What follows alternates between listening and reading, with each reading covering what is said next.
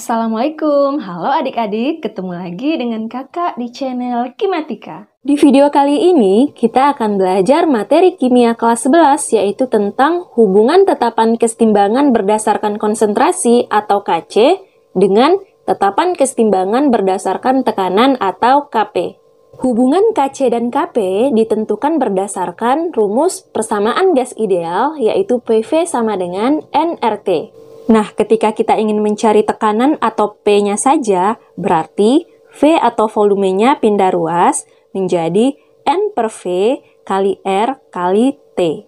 Di mana P adalah tekanan, kemudian N per V itu adalah konsentrasi dalam satuan molaritas, jadi P sama dengan konsentrasi dikali R dikali T.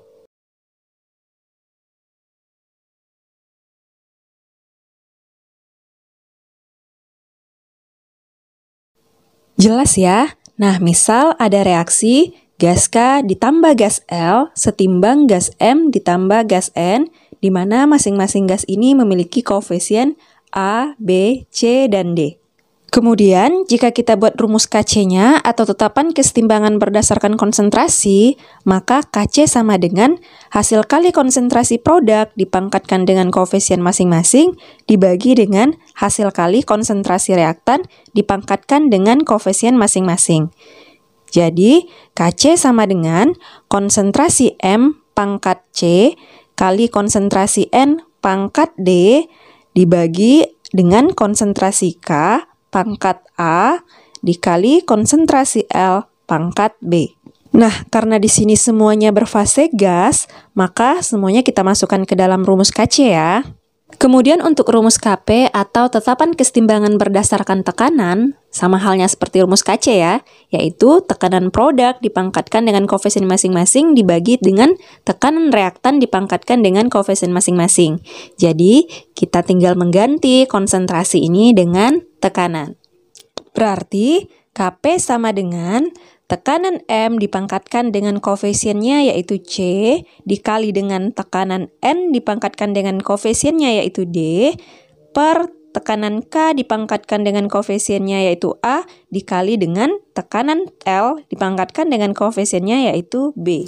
Nah, sebelumnya kan tekanan itu sama dengan konsentrasi dikali R dikali T. Jadi, masing-masing tekanan ini kita akan ganti menjadi konsentrasi dikali R dikali T. Kita mulai dari tekanan M dulu ya.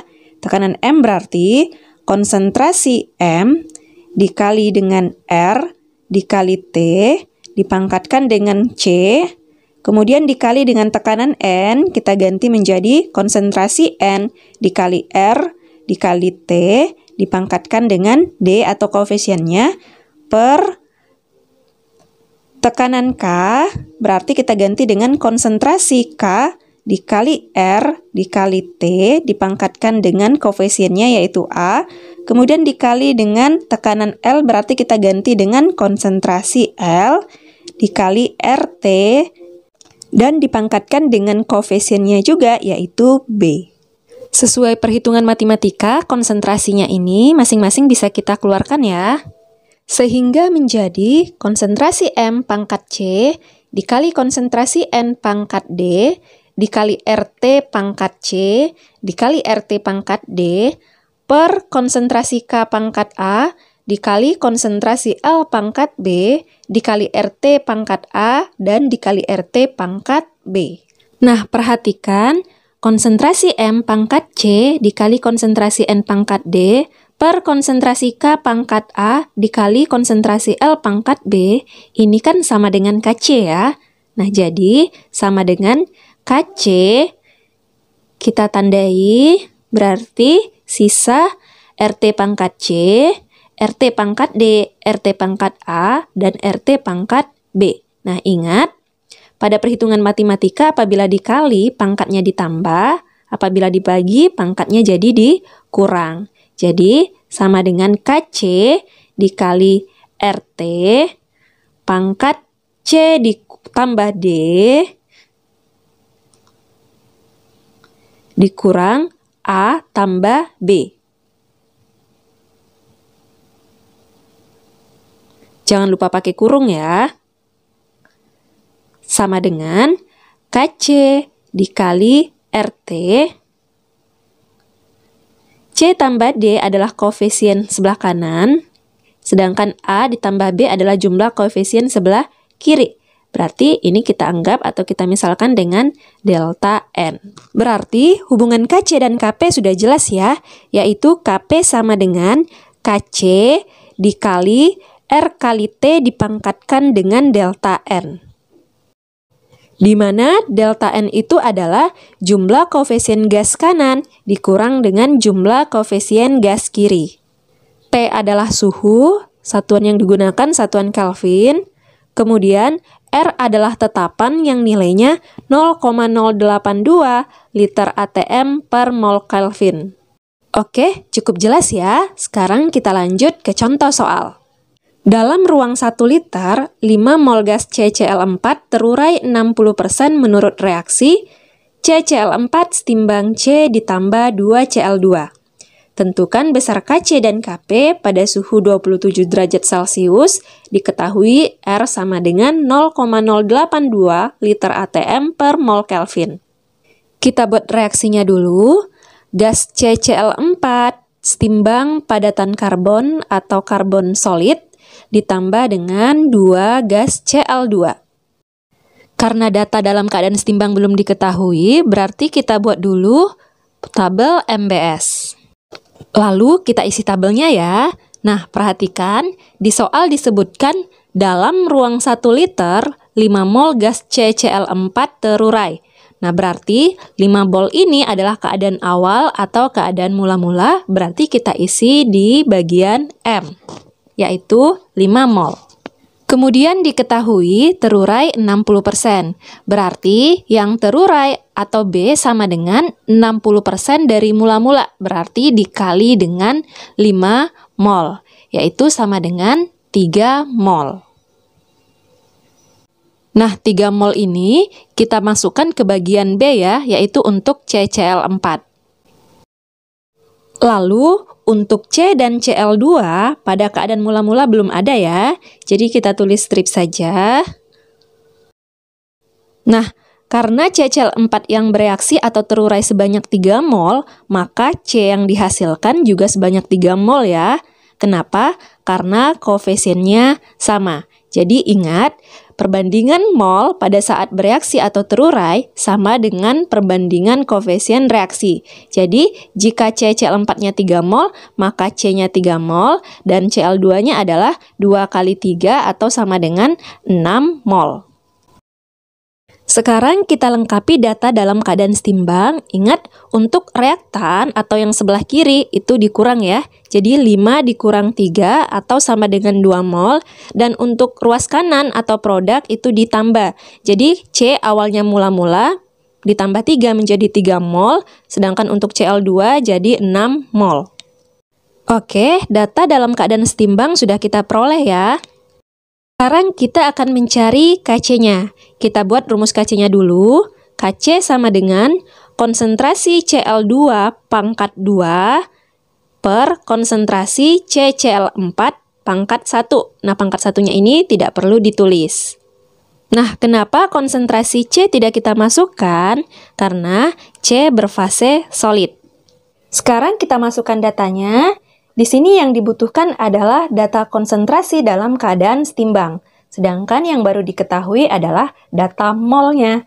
Jadi, kita harus cari dulu konsentrasinya, yaitu mol dibagi dengan volume. Untuk konsentrasi Cl2, molnya adalah 6 mol, kemudian volumenya diketahui di soal 1 liter ya. Berarti, konsentrasi Cl2 sama dengan 6/1 dipangkatkan dengan 2. Kemudian dibagi dengan konsentrasi CCl4, berarti molnya adalah 2, berarti 2/1 dipangkatkan dengan 1 ya, pangkatnya tidak perlu ditulis. Sama dengan 6/1 adalah 6, dipangkatkan 2 jadinya 36, dibagi dengan 2/1 atau sama dengan 2. Maka hasilnya adalah 36/2 atau 18. Selanjutnya kita akan mencari KP dengan rumus KP sama dengan KC dikali R dikali T dipangkatkan dengan delta N. Kita masukkan datanya, KC-nya adalah 18, kemudian R adalah 0,082, kemudian dikali dengan T, T adalah suhu, di sini suhunya 27 derajat Celcius. Karena satuannya harus Kelvin, berarti kita ubah menjadi Kelvin, yaitu 27 ditambah 273 atau sama dengan 300 Kelvin. Kita tulis di sini. Kemudian delta N adalah selisih jumlah koefisien gas kanan dikurang dengan jumlah koefisien gas kiri. Di sini yang sebelah kanan yang kita ambil hanya Cl2 saja ya. Karena C adalah solid, berarti 2 dikurang koefisiennya si C, Cl4 yaitu 1. Jadi sama dengan 18 dikali 0,082 dikali 300 adalah 24,6. Pangkat 2 dikurang 1 atau pangkat 1, tidak perlu ditulis ya. Sama dengan 18 kali 24,6 adalah 442,8. Jadi, KP-nya adalah 442,8. Oke, sekarang kita lanjut ke contoh yang kedua. Reaksi kesetimbangan gas H2 ditambah gas I2 setimbang 2 gas HI mempunyai harga tetapan kesetimbangan atau KC sebesar 125. Pada suhu yang sama, nilai KP reaksi tersebut adalah diketahui R sama dengan 0,082 liter ATM per mol Kelvin. Kita buat yang diketahuinya, yaitu KC sama dengan 125. R-nya 0,082.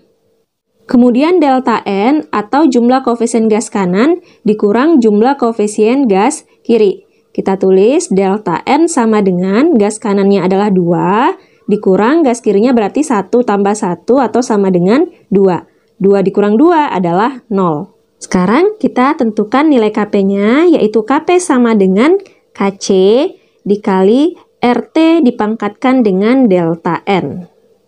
Nah, perhatikan delta N-nya adalah sama dengan 0. Berarti rumusnya menjadi KP sama dengan KC dikali R dikali T dipangkatkan dengan 0. Ingat, semua yang dipangkatkan 0 adalah 1, berarti RT pangkat 0 adalah 1, maka KP sama dengan KC, atau sama dengan 125. Dari contoh soal ini bisa kita pahami bahwa jika jumlah koefisien gas produk atau kanan sama dengan jumlah koefisien gas reaktan atau kiri, berarti delta N-nya sama dengan 0. Maka nilai KC akan sama dengan nilai KP. Oke, cukup jelas ya. Nah, sekian dulu untuk video kali ini. Terima kasih. Wassalamualaikum warahmatullahi wabarakatuh.